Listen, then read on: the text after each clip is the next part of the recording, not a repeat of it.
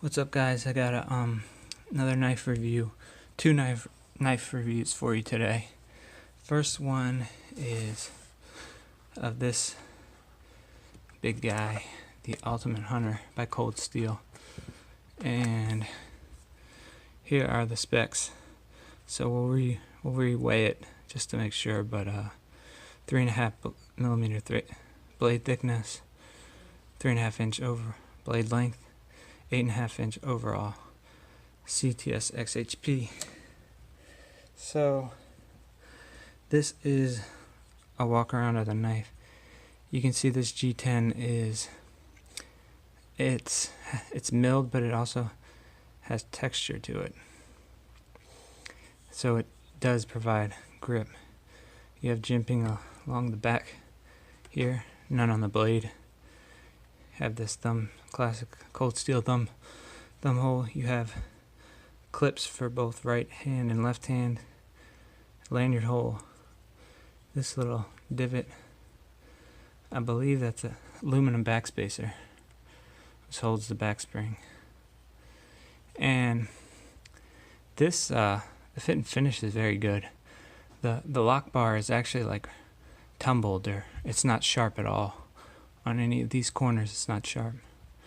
The back of the blade is sharp, however. Okay, moving into the review. D for deployment. Its deployment is by thumb stud. So you can just open a thumb stud. You can switch this around to left or right carry. You can flick it open. It does require a little bit of wrist flick, kinda. You can either put your thumb on it like this and try pushing it, or you can put your thumb underneath of it. It gives you a little more strength. A for action, it's falls shut, so great action. Riding on phosphor bronze washers with Teflon against the blade. So pretty classic of Cold Steel.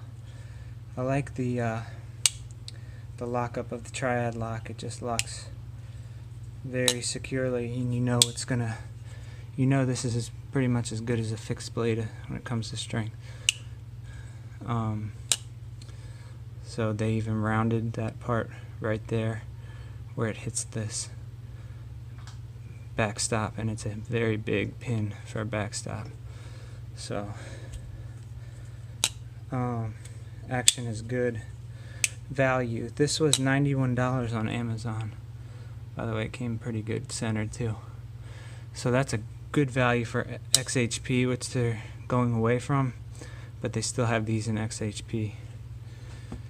Ergos are great. This is what it looks like in my hand. Still got a little bit sticking out.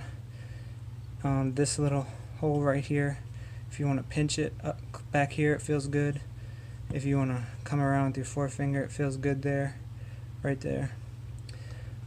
If you want to come back on it and chop with it, you could probably do that.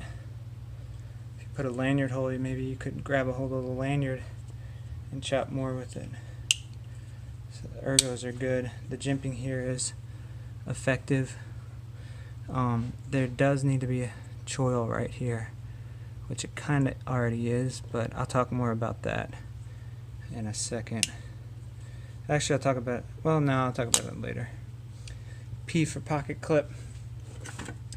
I'm not too big of a fan of these kind of Cold Steel pocket clips. I wish they would just put a deep carry on here, but it does go into thick pants, which these are good easily, and not too much is sticking out. So that's not too bad. Also, going back to ergos, when you put it in reverse grip, that little indent here kind of makes it feel a little good right here. So, alright, pocket clip, and let's just verify the weight with our scale. Okay, so the box said 4.9 ounces. Let's see what the scale says. 4.85, so right there.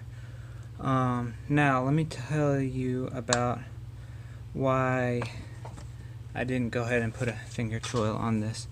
It's because I think I'm going to trade it in and try the Recon 1, and then from whichever one I like out of those two, keep. So that's the reason why I didn't put my own choil in, because I'm thinking about the Recon 1 now. Let me do some size comparisons. Like I said, it's 8.5 inches, so this is my biggest knife right now. That's compared to the Manix 2, so it's a big knife. I guess that's my only bigger knife. So, but anyway, so that's the first review, and now stay tuned for the next knife review by our guest host, my son.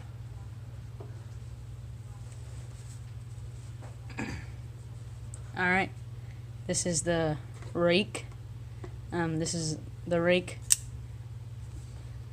P801-SF, 14C28N, which is a fairly decent steel.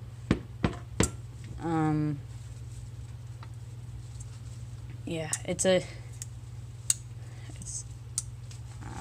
it's made by a company called Phoenix Flashlights, and they make some knives too.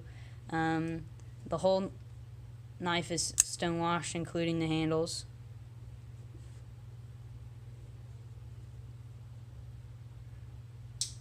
Some blue hardware there. The thumb stud is anodized, but the washers here and the pocket clip are not. As you can see, that's a deep carry pocket clip on a cloth. Let's see what that looks like.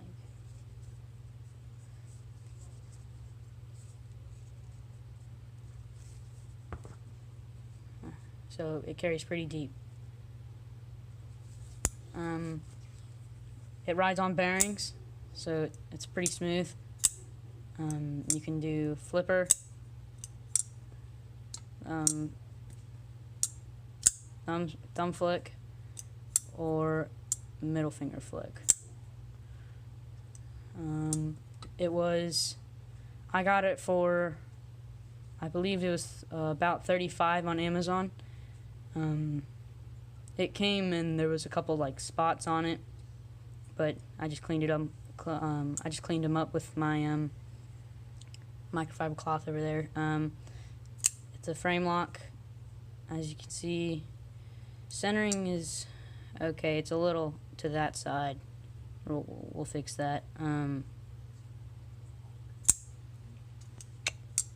Yeah, like I said, 14C28N. That's a pretty decent steel.